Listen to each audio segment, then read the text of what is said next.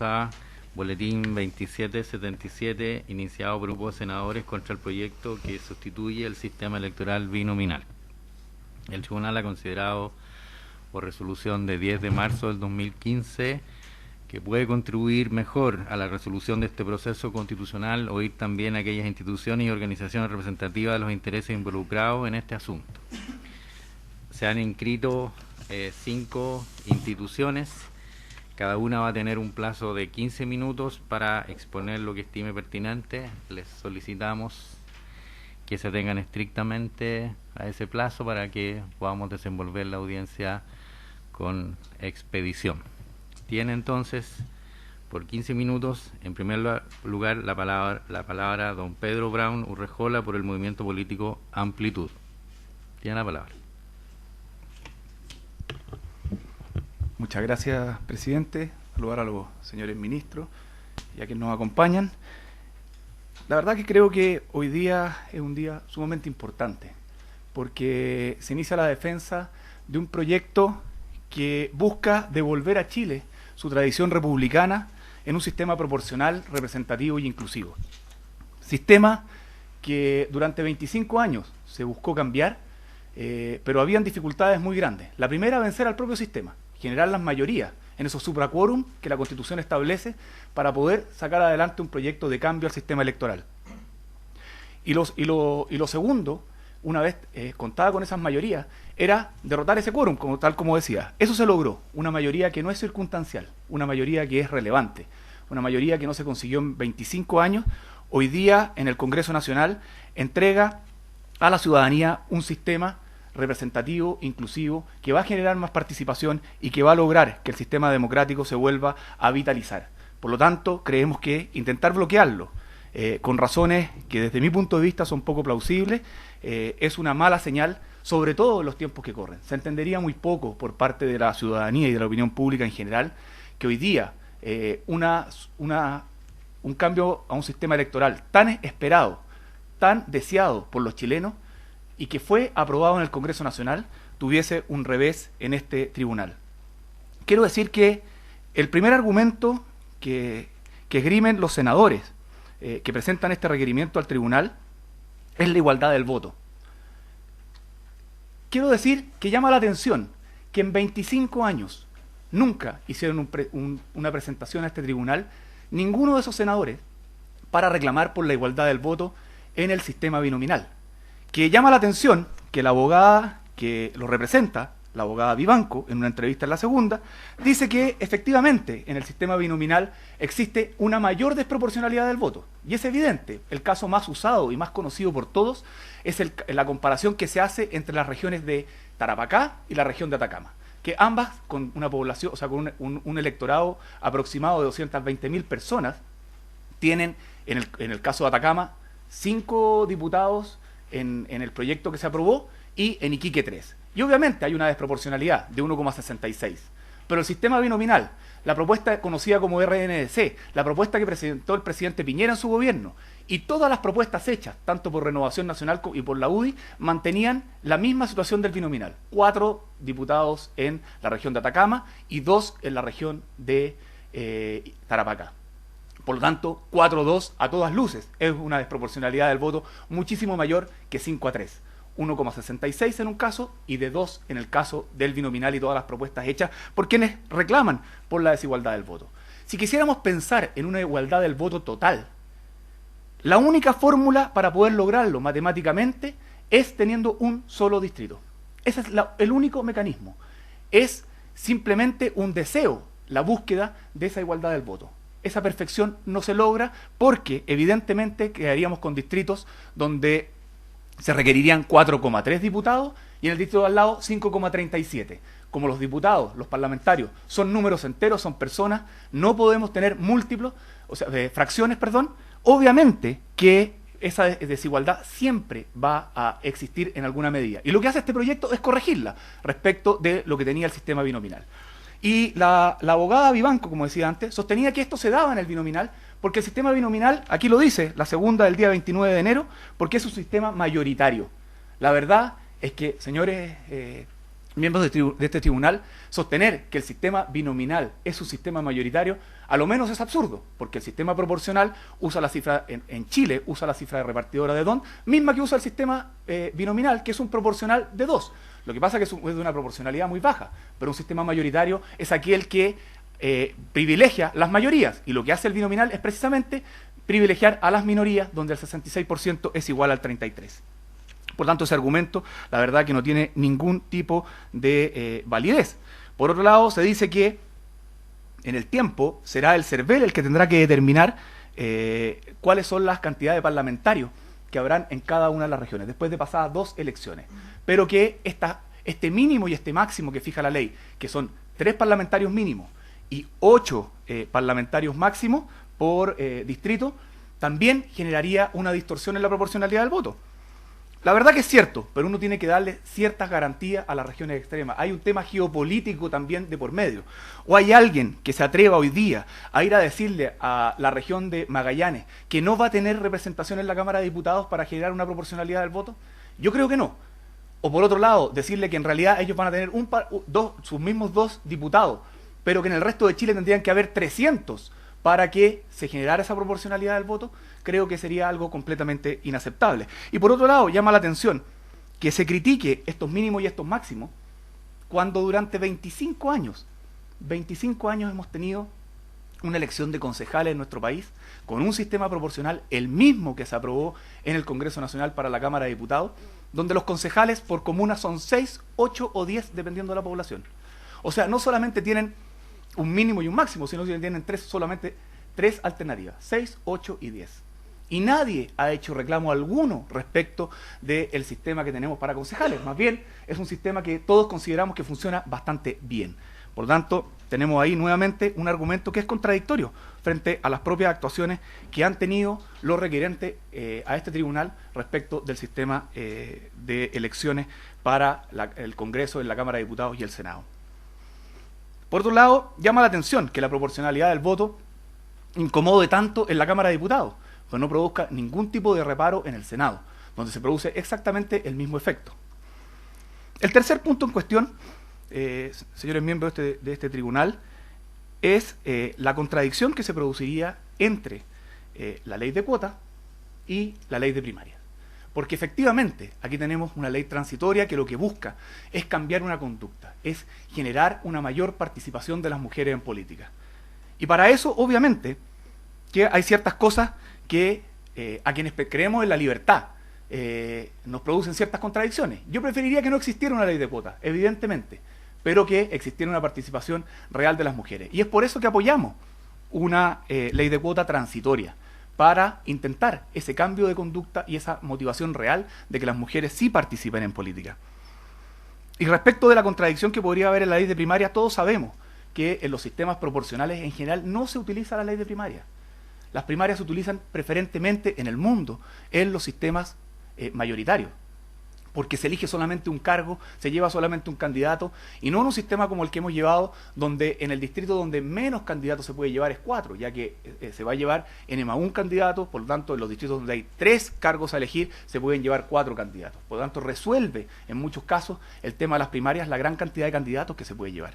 Por lo tanto, pensar que un 40% de primarias es poco a nivel nacional, la verdad que se contrapone contra la lógica que hemos visto en nuestro país permanentemente. Basta con recordar la última elección parlamentaria, donde solo hubo 10 primarias en todo Chile de un solo partido político y el resto no requirió ni siquiera con el sistema binominal, donde había muchísimo menos cargos a elegir y posibilidades de tener alternativas en cada uno de los distritos, de usar las primarias.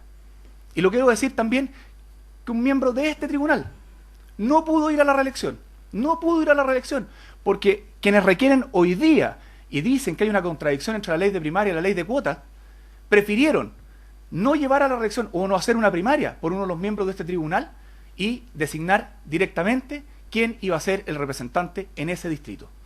Esa es la realidad que ocurre en definitiva en nuestro país, porque las primarias son voluntarias y los partidos políticos muchas veces prefieren decidir directamente quiénes son sus candidatos antes de correr riesgos eventuales de una primaria que vaya al candidato que ellos no prefieren.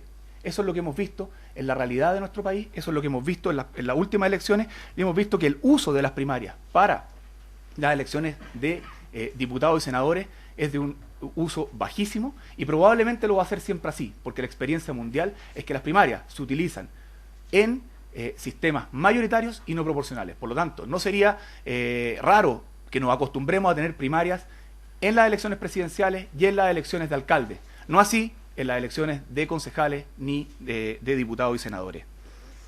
El cuarto punto que se ve en el alegato es la desigualdad que se generaría entre los partidos políticos y los independientes en la recolección de firmas para, en el caso de uno de los partidos, constituirse como partido, y en el caso de los candidatos independientes, para ser candidatos. La verdad que yo entiendo la desigualdad ante la ley cuando los derechos y los deberes son los mismos, y frente a una situación idéntica, yo tengo situaciones distintas o requisitos distintos para poder acceder. Y este no es el caso. Los partidos políticos no tienen como fin único llevar candidatos. Los partidos políticos tienen deberes y derechos permanentes en el tiempo, de transparencia, de principios, de estatutos que deben cumplir frente a la ciudadanía, porque tienen una acción política permanente. No así quien es candidato independiente, que simplemente junta su firma para poder presentarse a un cargo y salir electo, y después tiene las responsabilidades del cargo, que son distintas a las responsabilidades de los partidos políticos. Pero además, hay que ser sumamente claro, porque los partidos políticos,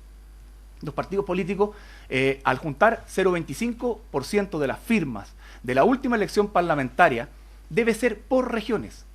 No es así el caso de quien va de candidato independiente. Quien debe buscar las firmas, el 0,5, según la ley que se aprobó, en el territorio por el cual se va a elegir. Por lo tanto, en la región metropolitana, un candidato a diputado, más o menos, un distrito equivale a un octavo de la región, y por lo tanto va a tener que juntar 0,5 de ese distrito. A diferencia del partido político, que va a tener que juntar 0,25 de la región completa. Son territorios distintos. Hay algunas regiones donde la circunscripción, el distrito, equivalen a la región. Efectivamente es así, en el norte y en el sur del país. Y en esos casos, el candidato independiente podría tener la alternativa. Si no quiere juntar el 0,5% de las firmas, podría juntar el 0,25%, conformarse como partido político. Pero eso significaría que tendría que tener una directiva, un tribunal supremo, a lo menos 100 fundadores, estatutos, principios y una serie de responsabilidades en el mediano y largo plazo. Por lo tanto, aquí se están comparando situaciones distintas, diferentes, que no tienen los mismos efectos.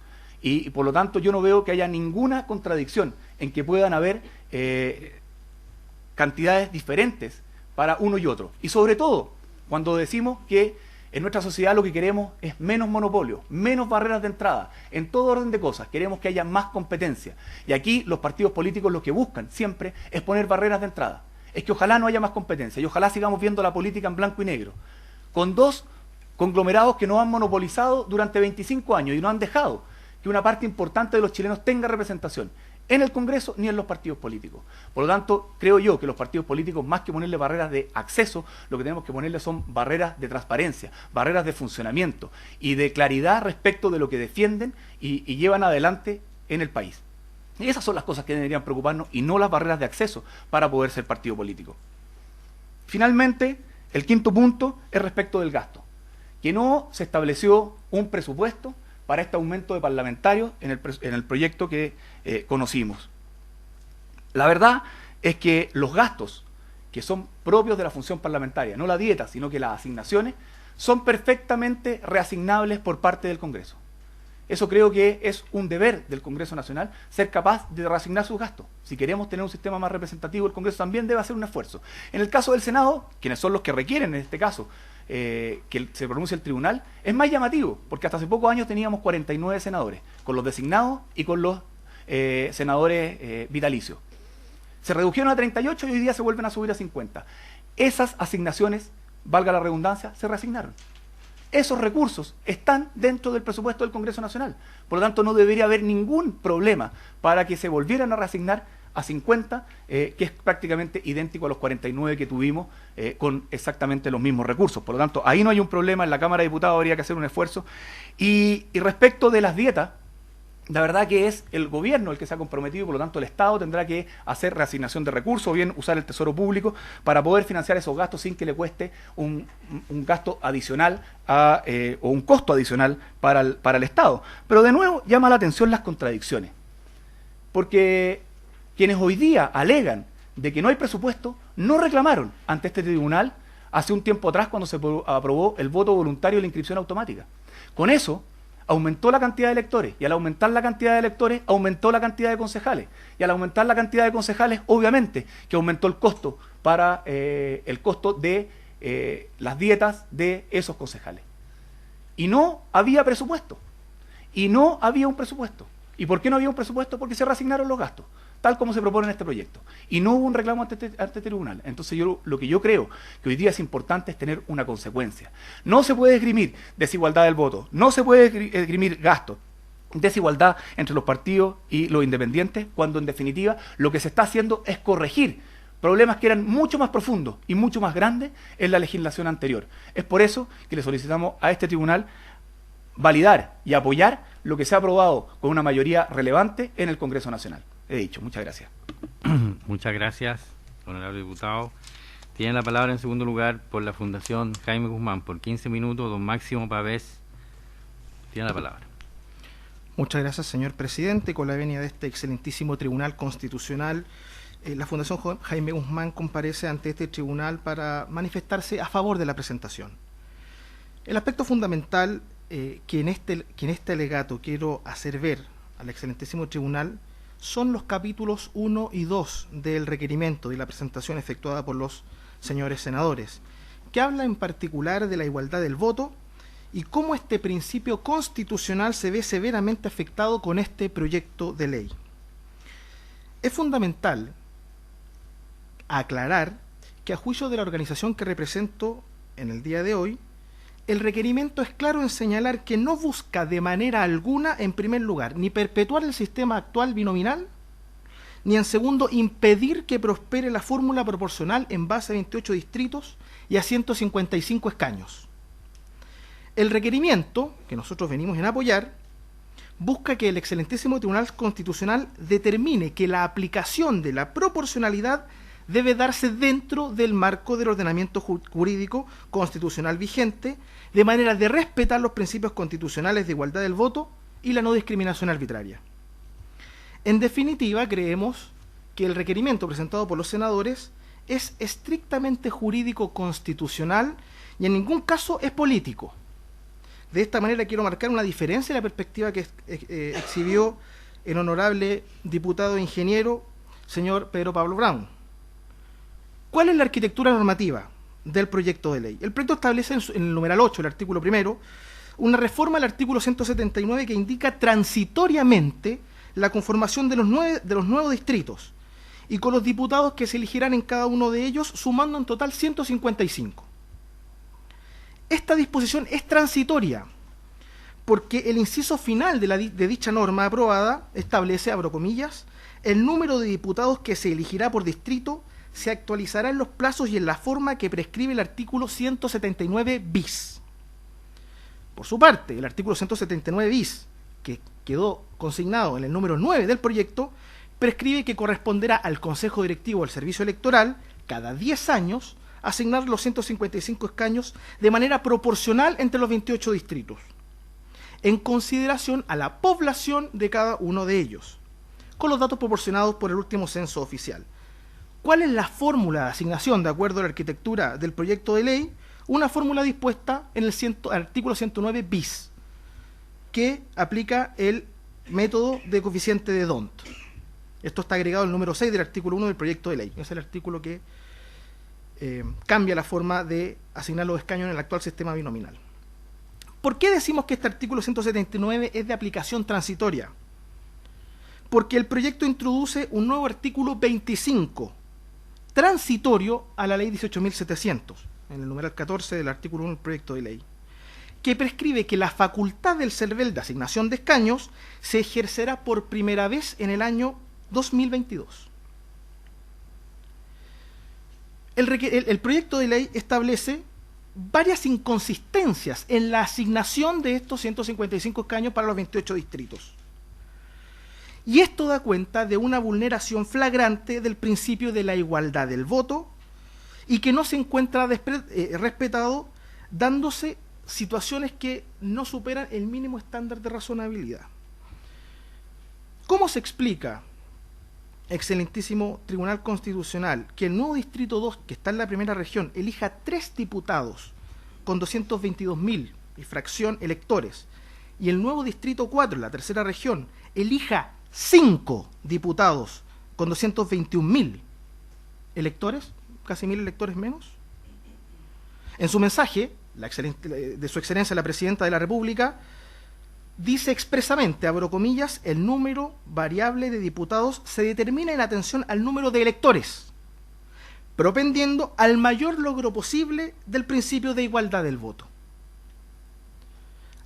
Hay 4 nuevos distritos, en la sexta, séptima, novena y décima regiones, que eligen 4 diputados cada uno, teniendo todos más electores que el nuevo Distrito 4, ya mencionado, de la tercera región, que elige 5 diputados.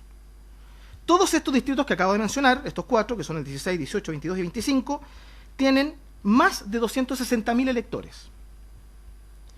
Finalmente, hay 2 distritos en la región metropolitana, el 9 y el 12, que tienen 810.000 y fracción y 790.000 y fracción electores, que eligen 7 diputados y que tienen más electores que los nuevos distritos 6 y 7, que con 710.000 y 760.000 respectivamente eligen 8 diputados. El requerimiento que nosotros estamos apoyando es claro en señalar que las desigualdades se perciben tanto si uno considera como base el número de electores como de población. El mensaje habla de electores, el proyecto está aprobado en una lógica de población. Las diferencias quedan iguales. ¿Cuál es el análisis concreto constitucional y jurídico que el requerimiento hace y que nuestra fundación quiere hacer especial énfasis ante este excelentísimo tribunal? Que estas diferencias, hay algunas más en el escrito, buscan evitar en términos absolutos la representación actual de los territorios, no obedeciendo ni a razones geopolíticas o respecto de integración de zonas extremas. El requerimiento, a diferencia de lo que dice quien antecedió el uso de la palabra, es claro en señalar que la Constitución sí puede establecer alguna diferencia cuando hay algún criterio, como por ejemplo podría ser la configuración y la mayor presencia de zonas extremas. Pero en ninguno de los casos que el requerimiento expone y que acabo de exponer, aparece un criterio de ese tipo. ¿Qué pasa con el texto constitucional? Se encomienda al legislador orgánico definir el sistema electoral. El artículo 18 y el artículo 15, por supuesto, están vinculados en las elecciones parlamentarias y puede configurarse de la manera más amplia posible. Sin embargo, es de perogrullo que cualquier configuración que el legislador orgánico elija para esta determinación tiene que estar dentro del marco constitucional vigente. En materia del voto, el marco constitucional lo integra el artículo 15 de la Constitución, que se refiere a las características del voto, que, como todos sabemos, debe ser personal, secreto, voluntario e igualitario. Ahí es donde se encuentra la igualdad del voto, el cual está fundamentado en el artículo 19, número 2 de la Constitución.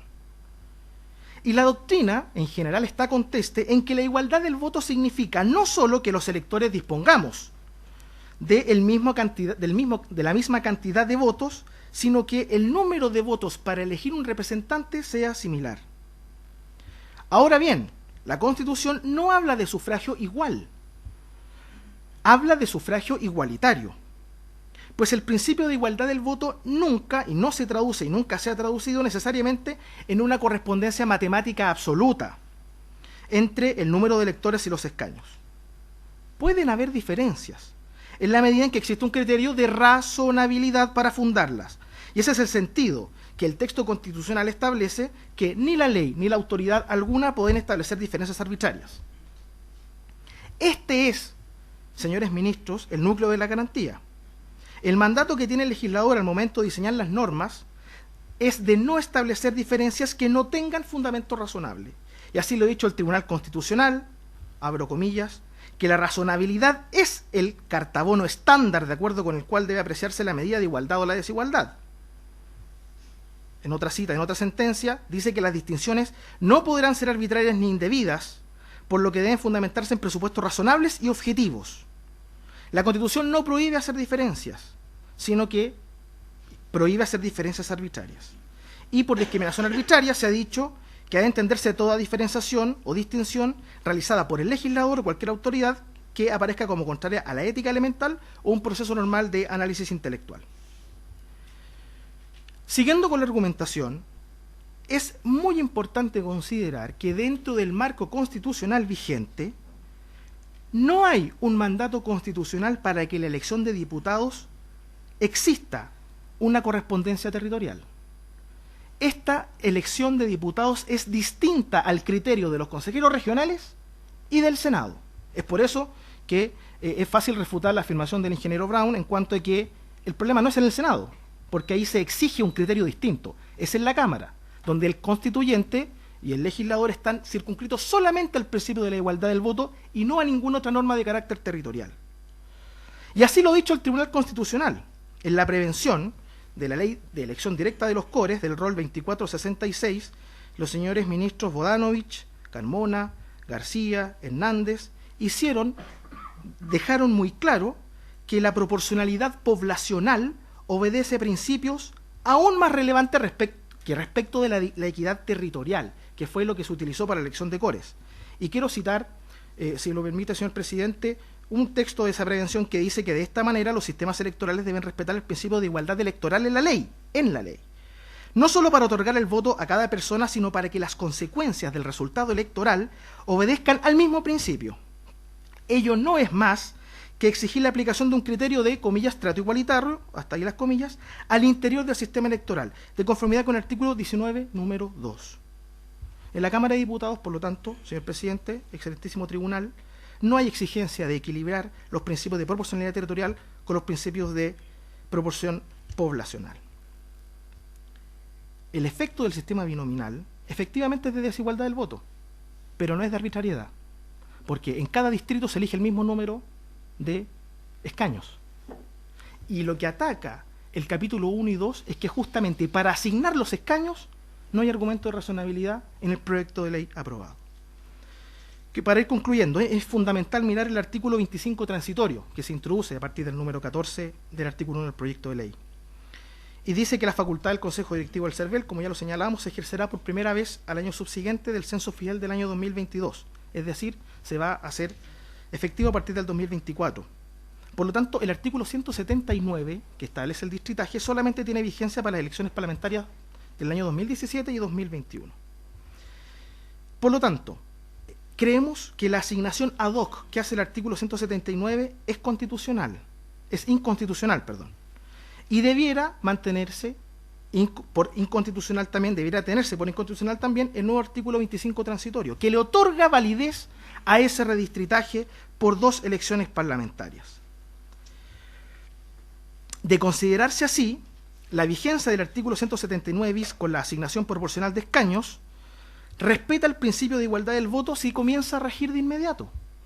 Y eso es justamente lo que a nuestro juicio hace que este requerimiento de tintes estrictamente jurídicos no busca ni perpetuar el binominal, ni busca impedir que este proyecto prospere.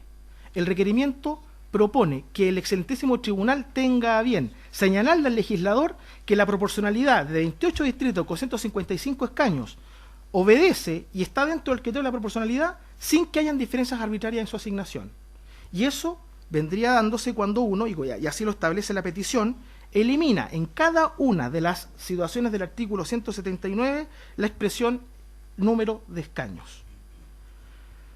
Para concluir, la asignación de 28 nuevos distritos, de 155 escaños de 28 nuevos distritos, como lo hace el proyecto de ley, vulnera de manera sustantiva el principio de igualdad del voto consagrado en los artículos 15 y en relación al artículo 19, número 2. Y el reconocimiento del principio de la igualdad no obsta que el legislador pueda establecer diferencias en la medida en que exista justificación razonable para dicha distinción.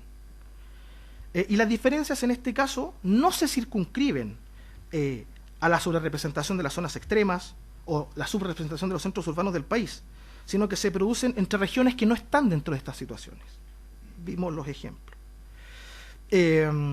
Por lo tanto, la petición que hace el requerimiento los senadores, y que nuestra fundación queremos hablar a favor de él, es que se suprima el texto establecido en el artículo 8, en el número 8 del artículo primero, la expresión que elegirán N diputados, que a su vez se declara inconstitucional y que suprima el artículo 25 transitorio que se incorpora a la ley 18.700 porque le da validez a este método arbitrario, y que el tribunal tenga bien asignar desde ya la proporcionalidad poblacional del artículo 179 bis con el método proporcional de D'Hondt. Y para eso es fundamental considerar la petición del segundo capítulo, que introduce un criterio arbitrario que altera la igualdad del voto.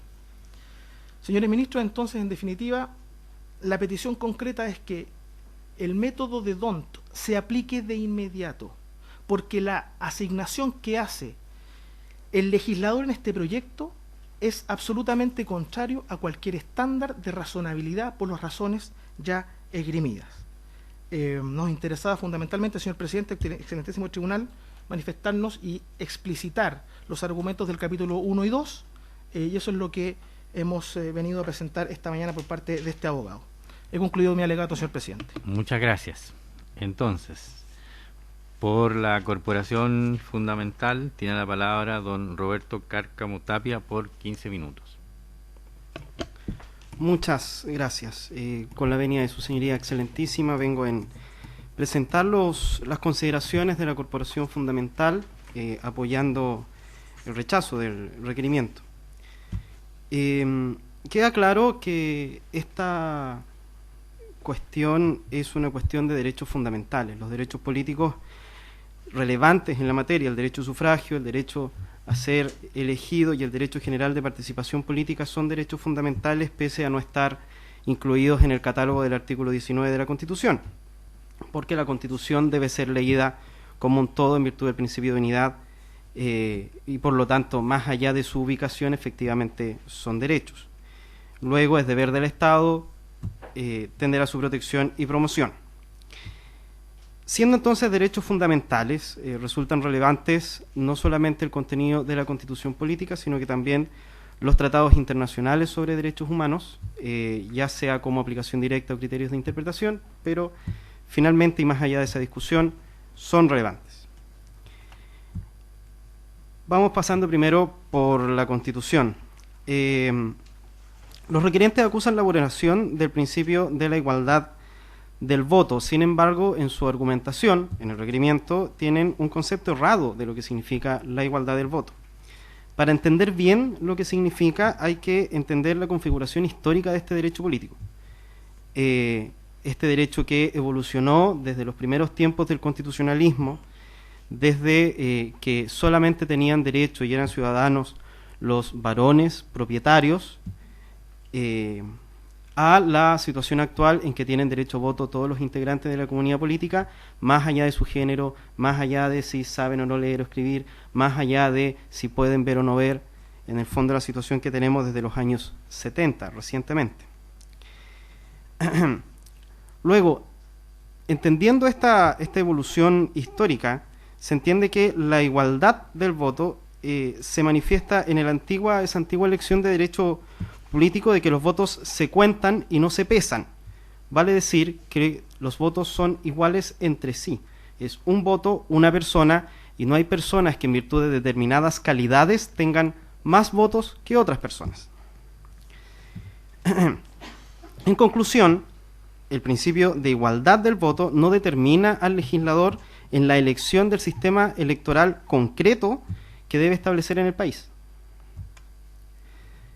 En general, en derecho constitucional tenemos al menos tres formas de igualdad cuando se habla de igualdad. Está la igualdad política, que se manifiesta en que el sufragio es universal, y en el derecho universal también a postularse a cargos de elección popular. Está la igualdad formal de los miembros, de los habitantes del país, que se manifiesta en la igualdad ante la ley, en la igualdad ante las cargas públicas, y otros derechos que en definitiva tratan de la relación que el Estado debe darle a las personas. Y está la igualdad material, propia del constitucionalismo social, que se manifiesta en los derechos sociales y en las acciones afirmativas. La igualdad del voto, luego, no es una igualdad material, no es la igualdad de los derechos civiles, es decir, de los derechos en que el Estado es el que da un trato a las personas, sino que es la igualdad política. Ahora, los requirentes también hacen esta invocación de la igualdad ante la ley, del artículo 19, número 2, y el derecho, dicen, a participar con igualdad de oportunidades en la vida nacional. En el requerimiento, nosotros vemos, no hay una argumentación, en definitiva, de por qué se realiza esta invocación de la igualdad ante la ley y de lo que es en realidad el mandato de realización del bien común que tiene el Estado. No cuesta entonces rebatirlo, sin embargo creemos es incorrecto. El límite que le pone al legislador, en definitiva, en esta materia, el constituyente, es que efectivamente el sistema tiene que tener un voto igualitario, vale decir, una persona, un voto. No determina el sistema electoral, no determina el tamaño de los distritos, ni tampoco determina cuántos diputados o senadores se eligen por distrito o circunscripción respecto de este punto. En general, entonces, el legislador tiene libertad para cumplir con el mandato constitucional del artículo 18, que establece la existencia de un sistema electoral público. La norma no orienta al legislador en términos sustantivos, más que en un sentido: la igualdad entre independientes y los miembros de partidos políticos. En esto la Carta vigente es distinta de la Carta de 1925, que sí establecía parámetros a seguir al establecer que debía existir, el sistema debía tender a una efectiva proporcionalidad en la representación de las opiniones y de los partidos políticos. Eso no existe en la Carta actual. En definitiva, al entregarle al Congreso Nacional con la colegislación del Ejecutivo, entrega la elección del sistema electoral público a las reglas del juego democrático. Y es evidente que esas reglas del juego político fueron consideradas en la negociación entre los partidos políticos existentes, entre las bancadas actualmente existentes, y que dieron lugar al sistema que se propone en el proyecto. No habiendo más límites, se entiende, ese resultado del juego político de los miembros que están en el Congreso tiene que ser respetado. En todos los sistemas electorales, tal como dijo el diputado Brown, existe algún grado de distorsión en el peso final del sufragio. Y los únicos dos sistemas que finalmente no tendrían estas distorsiones serían un sistema electoral mayoritario uninominal, siempre que la distribución territorial fuese demográficamente uniforme, o, como él dijo, la lista única nacional. De ahí existen múltiples sistemas que tienen diversidad de consideraciones respecto de inclusión, de proporcionalidad, de mayor participación, de apertura o mayor o menor a independientes en distintos lugares del mundo, cada uno con sus beneficios, sus ventajas y sus desventajas. Sin embargo, el legislador, respetando los límites que tiene la Constitución, tiene plena libertad para elegirlo dependiendo de las múltiples consideraciones que puede tener.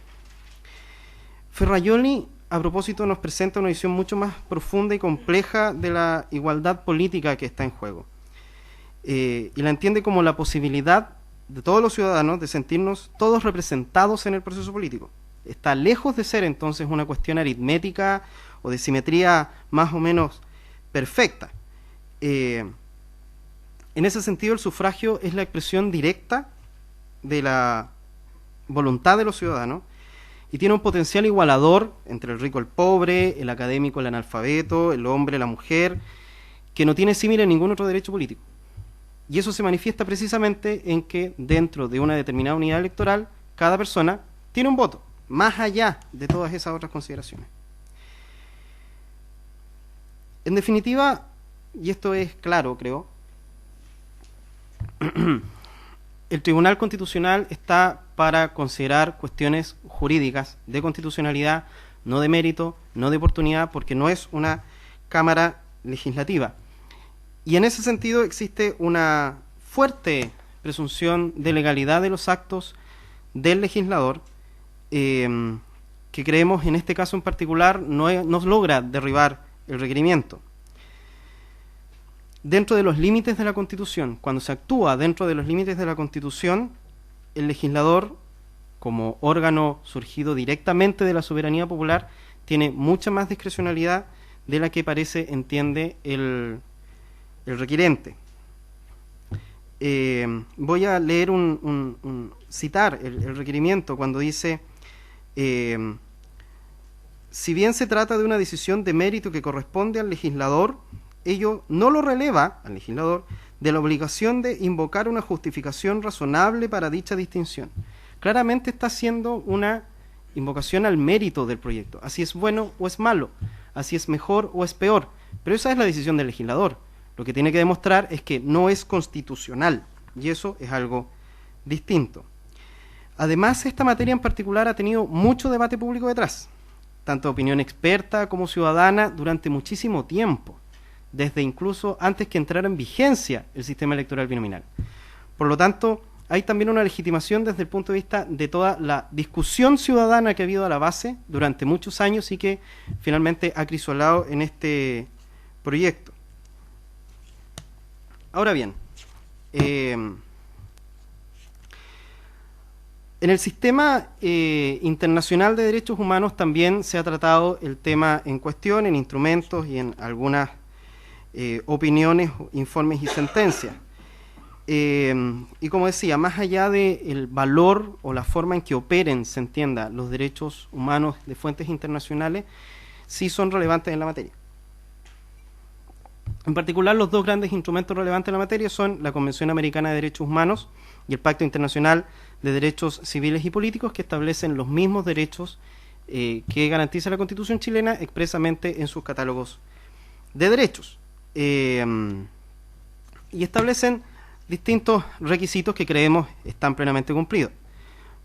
La Convención Americana, el Pacto Internacional engloban como ámbitos a proteger el derecho a participar en los asuntos públicos directamente por medio de representantes, el derecho a votar o ser elegido por medio de elecciones auténticas y la posibilidad de acceder a empleo público en condiciones de igualdad, digamos que esa es otra materia. Las dos más importantes son las dos primeras.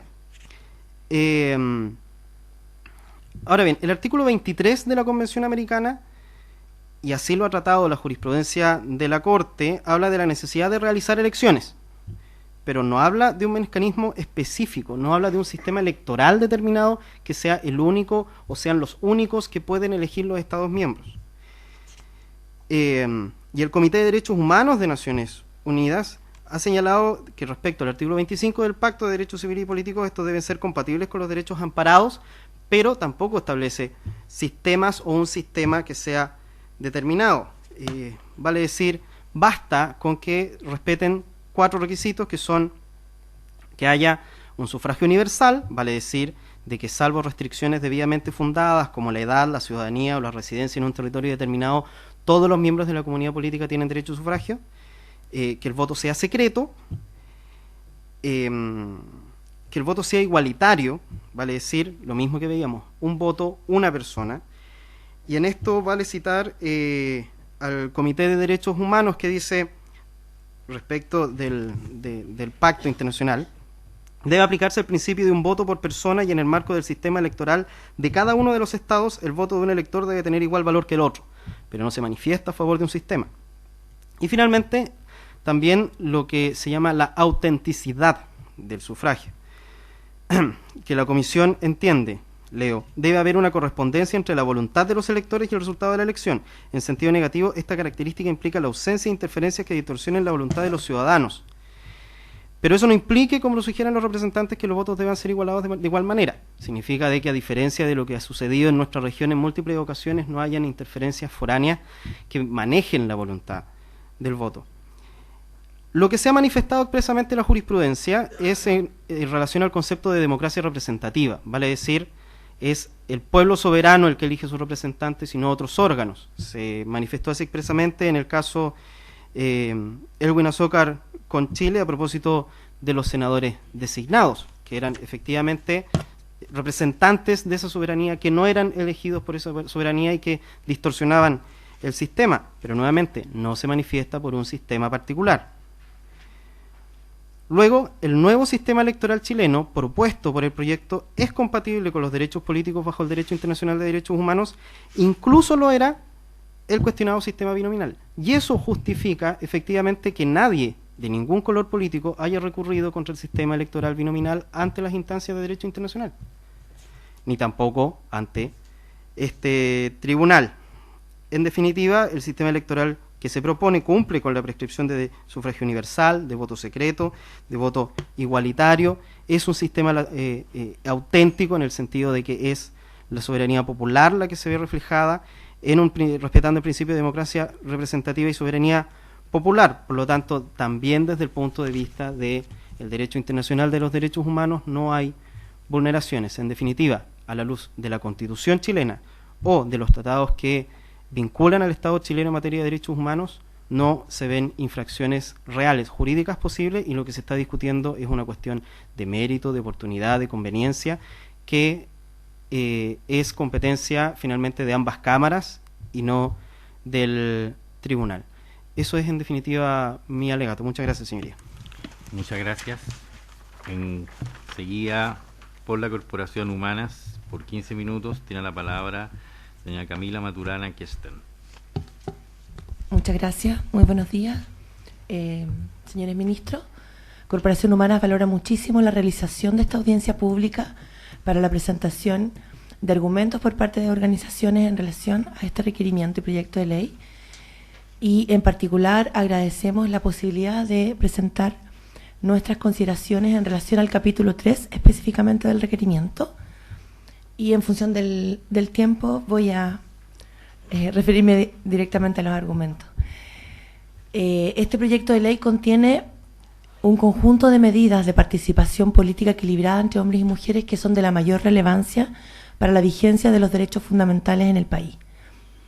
Dos de estas medidas han sido materia de este requerimiento. La primera, el mandato obligatorio que se contempla que se ordena a los partidos políticos para incluir en una proporción equilibrada, no más de 60% ni menos de 40%, candidatos y candidatas en las listas de senadores y diputados. Mandato que es reforzado con la sanción de la imposibilidad de inscribir la lista que no cumpla con esta proporción y con la expresa mención de que esta proporción equilibrada debe cumplirse con independencia del mecanismo que el partido define para la nominación de los candidatos. La otra medida, que es una derivación de la anterior, que es materia del requerimiento, es una relativa limitación a la realización de primarias, que se resguarda su realización de todas maneras, pero se limita hasta un máximo de 40% de candidatas en función precisamente de dar cumplimiento a este mandato obligatorio que se ha impuesto a los partidos políticos. Estas medidas, señor presidente, no contaron en el Parlamento, el conjunto de medidas de participación política equilibrada, con el respaldo de todos los legisladores y legisladoras, que hubiera sido lo esperable en una sociedad democrática plenamente preocupada de garantizar la vigencia de los derechos humanos de las mujeres y terminar con la discriminación que todavía subsiste. Y en realidad el correcto análisis de las normas que invocan los requirientes para cuestionar estos artículos, ellos invocan el artículo 19 número 2, número 15 y 26, la interpretación adecuada de estas normas permitirá al tribunal descartar la pretendida inconstitucionalidad de estas medidas y identificar que en definitiva la presentación del requerimiento responde, como se ha señalado anteriormente, a la falta de acuerdo político con las materias que en este proyecto se han contenido. En primer lugar, es evidente que estas medidas no constituyen una vulneración a la garantía de igualdad. La propia Constitución ha sido reformada por el Parlamento para dar garantía de igualdad jurídica entre hombres y mujeres. Se ha reformado el artículo 1 y el artículo 19 en el año 1999, precisamente para reconocer el principio de igualdad de derechos entre hombres y mujeres y la igualdad ante la ley. La igualdad de derechos entre hombres y mujeres y la prohibición de discriminación en base al sexo, que son pilares fundamentales del ordenamiento jurídico, emanan de las normas que están establecidas en la Constitución política. No le voy a explicar al tribunal qué es lo que significa el artículo 1 y el artículo 19, número 2, número 3, en relación con el artículo 5, pero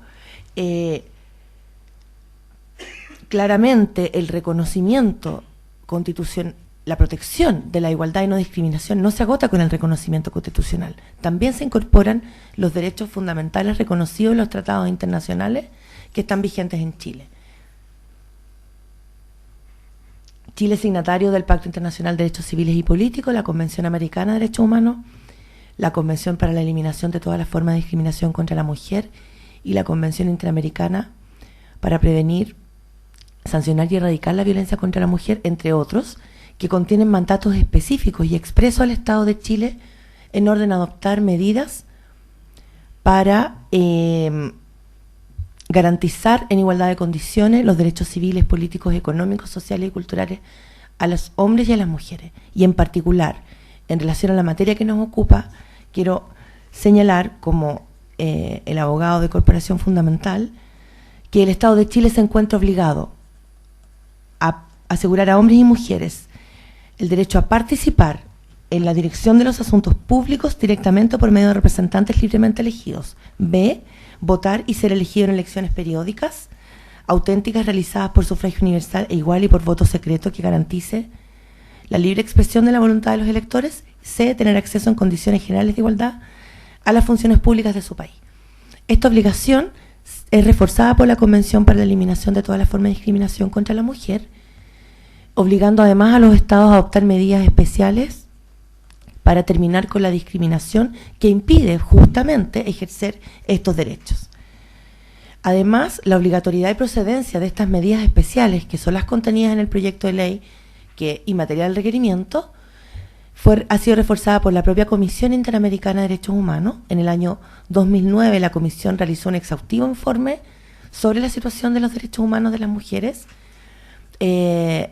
señalando toda la argumentación jurídica, ciertamente, en la que descansan estas medidas, su procedencia y obligatoriedad. Además, consideramos que estas medidas precisamente vengan a materializar esta garantía de igualdad y no discriminación, se ampara en lo que este mismo tribunal ha señalado en el año 2013 en relación al artículo 5, inciso segundo, señor presidente, la sentencia 2387, que me miraba tan sorprendido. El tribunal señaló en esta sentencia, en el considerando 13º, la obligación de respetar, el deber de respetar los derechos consagrados en tratados internacionales ratificados por Chile, se refiere al imperativo que pesa sobre los órganos del Estado de hacer cumplir las normas que contienen. Y en relación, en cambio, señala el tribunal, la obligación de promover tales derechos alude a la necesidad de remover los obstáculos que dificultan su libre ejercicio. Es eso lo que está haciendo el proyecto de ley, buscando remover los obstáculos políticos, sociales, culturales, económicos que están detrás de la subrepresentación de las mujeres. Esta subrepresentación ya fue discutida ampliamente en el Congreso, no es el momento de traer estadísticas o de poner la vergonzosa posición que Chile ocupa frente a la comunidad internacional, pero es evidente que esta insuficiente representación política constituye una vulneración de los derechos humanos de las mujeres, da cuenta de la situación de discriminación estructural en que nos encontramos, y esto no solo ha sido preocupación para las autoridades nacionales, no mucha en realidad porque todavía no se ha aprobado esta ley, pero ha sido materia de numerosas iniciativas legislativas, ha sido preocupación de la comunidad internacional. Los organismos de Naciones Unidas desde hace 15 años, señor presidente, le vienen señalando al Estado de Chile la necesidad de adoptar estas medidas que el proyecto contempla y que nosotros sostenemos que de ningún modo puede afirmarse que constituyen una vulneración a la garantía de igualdad de la Constitución. El Comité de Derechos Humanos, el Comité en 1999, en 2007 y en 2014, el Comité para la Eliminación de la Discriminación contra la Mujer en 1999, en 2006 y en 2012, la Comisión Interamericana de Derechos Humanos en el informe del año 2009, el Consejo de Derechos Humanos en el año 2009 también. Obviamente no voy a señalar lo que dijeron cada uno de estos comités, está en la presentación escrita que se acompañó a este tribunal.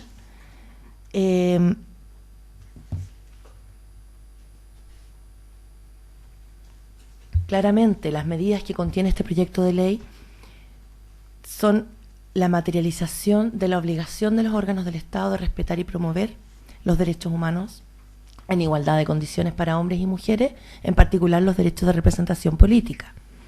La medida que contempla el proyecto, señores ministros, es una medida débil. No se asegura que las mujeres seamos elegidas en cargos de elección popular, únicamente la posibilidad de poder participar en las elecciones y competir en ellas. Ahora, sabemos que incluso para lograr esta medida débil se requieren transformaciones importantes en los partidos políticos. Históricamente los partidos políticos han sido reacios a la participación de las mujeres. Esa es la única conclusión posible si uno mira el porcentaje de candidaturas de candidatas mujeres que los partidos políticos han incluido desde 1989 hasta ahora para elecciones de senadores, de diputados, de alcaldes, concejales y de consejeros regionales. Entonces, es razonable, es procedente, se enmarca en el cumplimiento de esta garantía constitucional que el legislador haya considerado un resguardo para que se cumpla este mandato a los partidos políticos, porque los partidos políticos espontáneamente no lo han hecho y sin una sanción no lo van a hacer. Por eso se prevé que no se pueda incluir la lista si no se cumple este mandato, esta proporción equilibrada, y se señala que deba cumplirse con independencia del mecanismo elegido para la designación de candidatos. Tradicionalmente los partidos definen a sus candidaturas por decisiones cupulares. Cuando la elección es muy competitiva o esto no es conveniente por X razón, pueden realizar primarias. Las primarias están señaladas en la Constitución y reguladas por ley.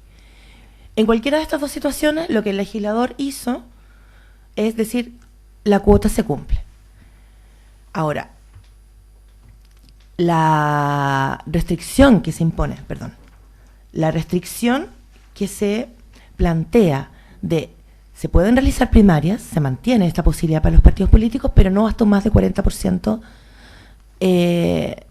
no superar que el 40% de las designaciones de candidaturas sean elegidas por esta vía, para evitar la tentación de los partidos políticos o poder buscar cerrar mecanismos por los cuales los partidos políticos puedan eludir el cumplimiento de esta proporción obligatoria. Y eso es una decisión razonable, no es arbitraria, como ha planteado el requerimiento, que la verdad argumenta muy poco de qué manera se vulneraría la garantía de igualdad. Y el otro punto, señor presidente, para ir cerrando, que este es un punto que los legisladores que plantean el recurso al menos argumentan, señalan que se vulneraría la libertad de asociación con estas medidas de participación equilibrada, medidas que por lo demás existen en numerosos países del mundo.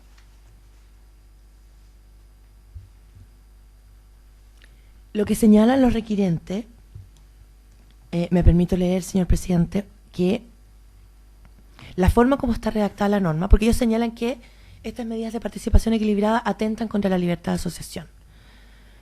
En la forma en que se encuentra redactada la norma, los partidos políticos pierden toda autonomía para poder ejercer el derecho a decidir sus candidaturas. Le atribuyen a los partidos un derecho constitucional. Por vía de primaria, pues la ley está estableciendo un requisito.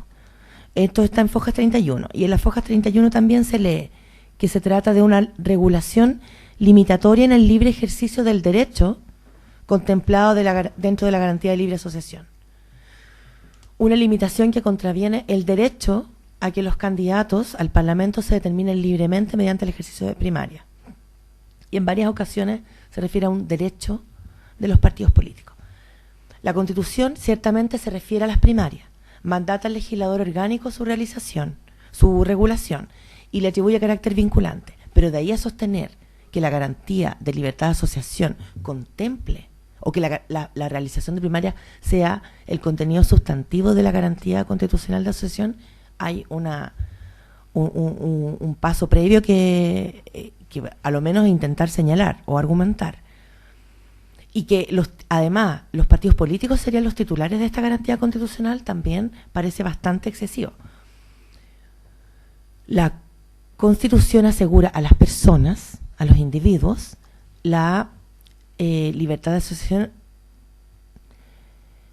el derecho de las personas a asociarse sin permiso previo para la consecución de fines legítimos. Y se establece además una prohibición normativa para que ninguna persona sea obligada a pertenecer a una determinada asociación. El 19 número 15 regula diversos aspectos de los partidos políticos, pero eso no significa que esto permita desprender que estamos hablando de una garantía constitucional propiamente tal, o una garantía que pudiera ser equivalente al principio de garantía constitucional de igualdad de derechos entre todas las personas. Francamente no se logra ver en la argumentación cómo pueden sostener eso. Consideramos señor presidente, para ir cerrando, que no existe un derecho constitucional de los partidos políticos a la realización de primarias, que existe una regulación constitucional a las primarias, que es otra cosa, y que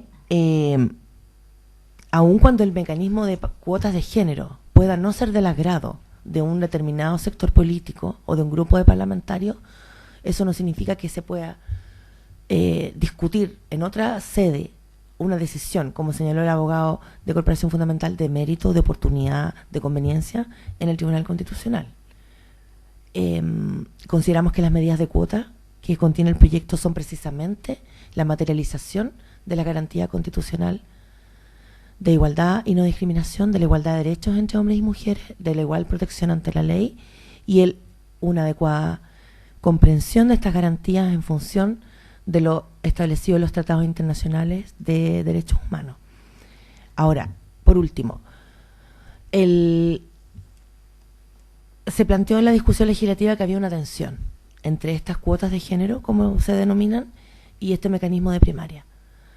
Lo último que voy a decir, señor presidente, porque se me acaba el tiempo, es que las cuotas de género son la materialización, la expresión adecuada en una regulación específica, que es el sistema electoral aplicable a la elección de parlamentarios, la materialización de esta garantía constitucional de igualdad y no discriminación.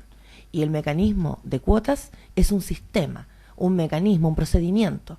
Podríamos considerar, como hay otros procedimientos para la definición de candidatura, podríamos considerar un procedimiento preelectoral, pero eso no puede llevarnos a pensar que porque está regulado en el artículo 19, número 15, constituye una garantía fundamental. Y menos que sea una garantía fundamental que este proyecto está violando a los partidos políticos. Señor presidente, señores ministros, consideramos que en base a estos argumentos debe desecharse el requerimiento presentado en contra del artículo 1, número 1, letra B, y el artículo 4, numeral 3 del proyecto de ley, que sustituye el sistema electoral binominal por uno de carácter proporcional inclusivo y fortalece la representatividad del Congreso Nacional, por cuanto dichas normas no vulneran ni entran en contradicción con el artículo 19, número 2, 15 y 26 de la Carta Fundamental, perdón, como han señalado los requirientes. Muchas gracias. Muchas gracias a usted. Finalmente, tiene la palabra por la Fundación Chile 21, Javiera Arce Rifo, también por 15 minutos. Tiene la palabra. Bueno, muchas gracias. Excelentísimo tribunal, la Fundación Chile 21 se presenta en esta audiencia en contra del requerimiento del grupo de senadores ya aludido. Para partir, el contexto histórico y en el cual nos encontramos en este momento es de una naciente crisis. La confianza en las instituciones sociales y políticas se ha visto sistemáticamente mermada por los diversos estudios de opinión pública. Nosotros podemos constatar eso. En particular, lo preocupante de esta situación es que instituciones claves para la democracia representativa, como lo es el Congreso Nacional y los partidos políticos, presentan los peores desempeños en materia de confianza. Las lógicas de las elecciones planteadas por el sistema electoral binominal condicionaron el acceso al poder de minorías y los grandes conglomerados políticos se transformaron en verdaderos guardianes de puertas, aislando efectivamente no solo a las minorías sociales y políticas, sino también a las mujeres. En ese sentido, es muy fácil constatar la escasa existencia de mujeres en nuestro Congreso, ya que solo tenemos 19 diputadas y 6 senadoras, quedando obviamente excluidas de la política y la toma de decisiones.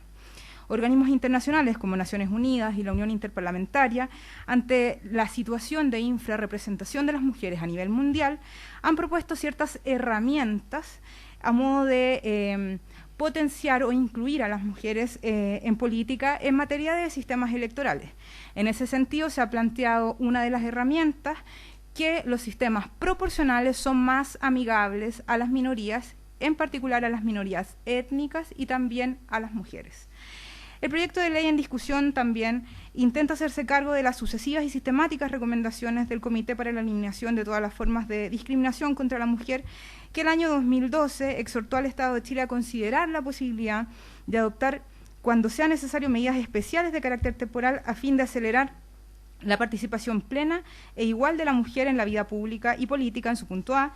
En su punto B, intensifique los esfuerzos para aumentar la participación de la mujer en la vida política en los planos nacional y municipal, lo que incluye la organización de campañas de sensibilización dirigidas también a mujeres indígenas, el fortalecimiento de los incentivos de los partidos políticos para que designen un número igual de mujeres y hombres en las candidaturas y la financiación adecuada de las campañas de las mujeres que sean candidatas. Finalmente, ellos dicen, en su punto C, que adopte las medidas necesarias para poner en marcha la reforma al sistema electoral binominal y vele porque el estudio solicitado a la oficina del ministro secretario general de la Presidencia con miras a formular una propuesta a este respecto se realice dentro de un plazo claramente establecido.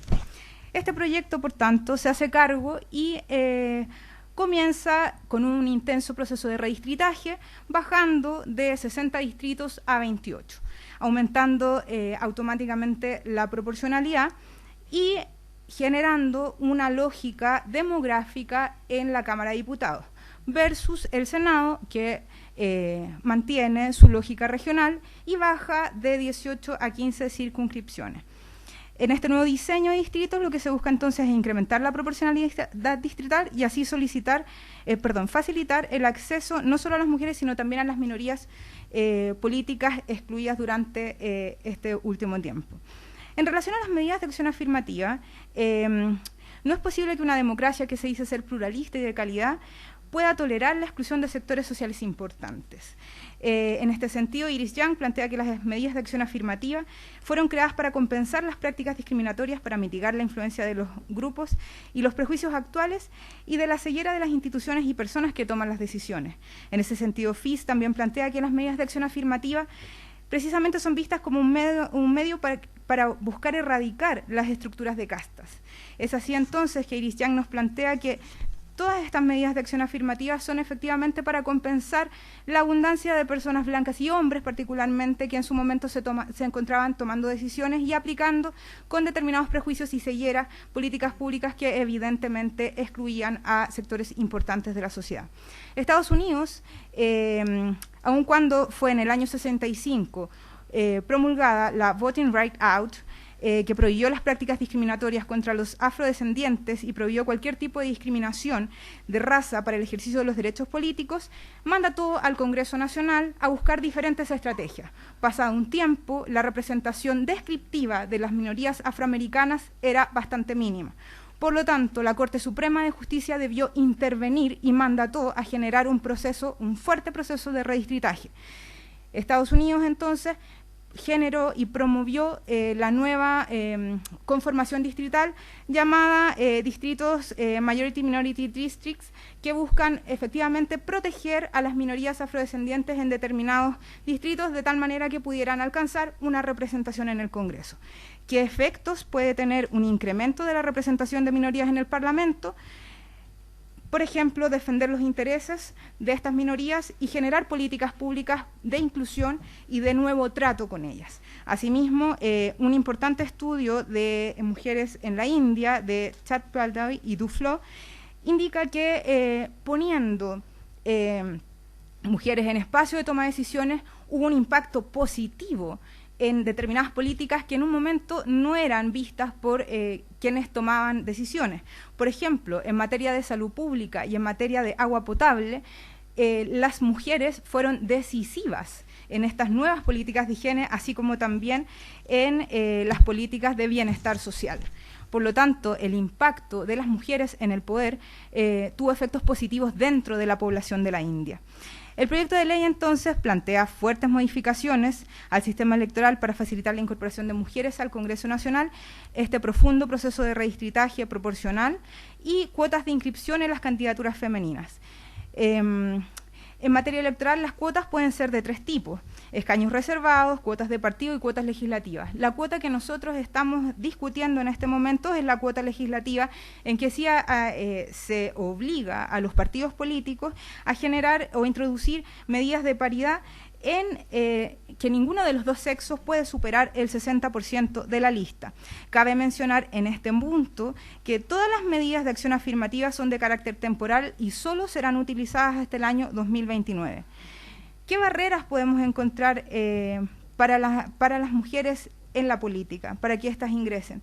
Primero, existe una fuerte barrera de financiamiento. Estudios avalan que el acceso al financiamiento para las campañas viene determinado por redes personales y el financiamiento de campañas se transformó en una verdadera barrera de entrada para las mujeres en la política.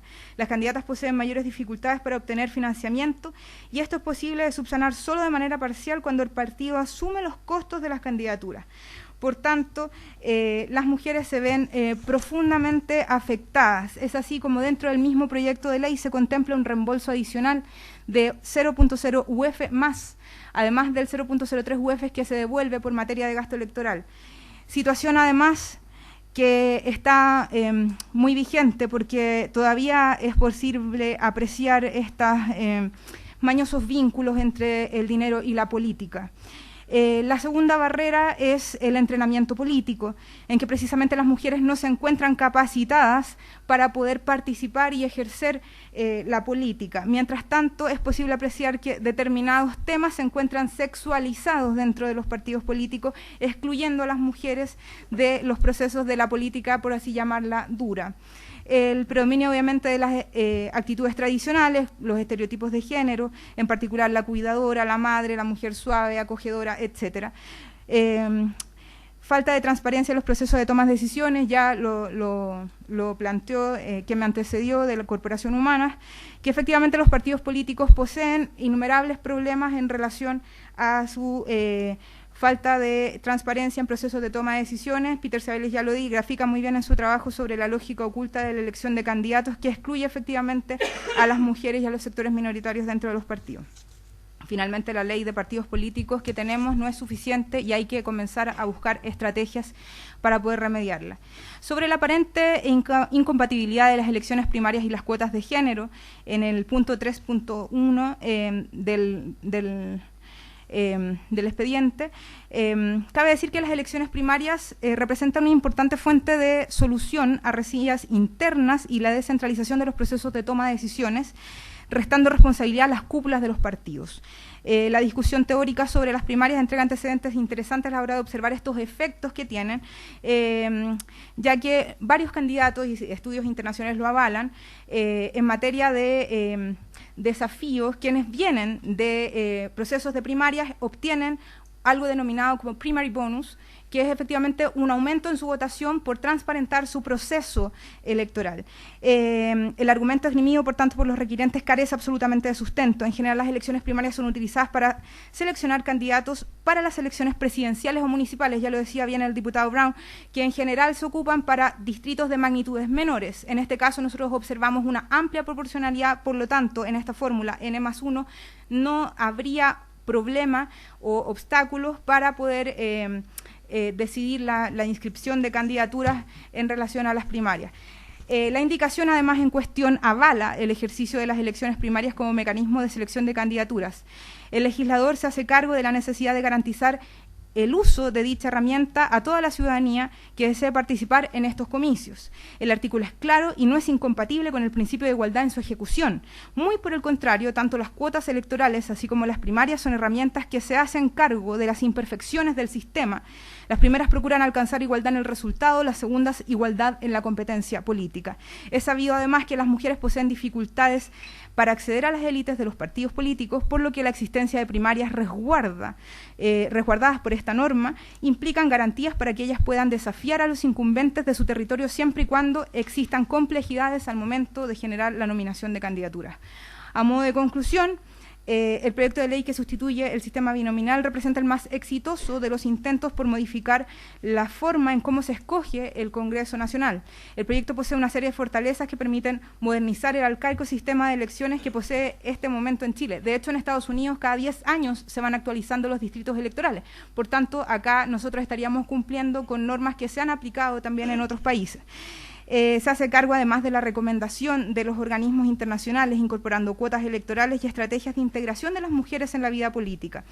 La Unión Interparlamentaria destaca que hace 20 años atrás, en la puesta en marcha de la plataforma de Beijing, se puso como meta un 20% hacia el 2015 de mujeres. Lamentablemente, hoy un 30%. Lamentablemente en el mundo hoy solamente accedemos a un 20%. pero ya más de 120 países han adoptado en sus sistemas electorales determinados tipos de cuotas. Las estrategias contempladas para hacerse cargo de la exclusión y la mala calidad de la representación política chilena son las adecuadas.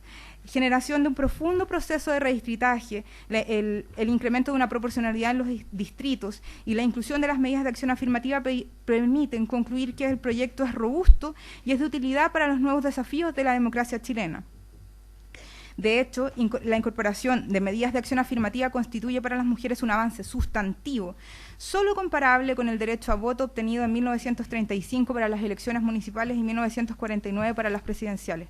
Finalmente, agregar que la norma en cuestión se establece dentro de los marcos de la Constitución política actual, pues se ampara bajo los artículos 1 y 2 de la Carta Fundamental, reconociendo el principio de igualdad al nacer y ante la ley.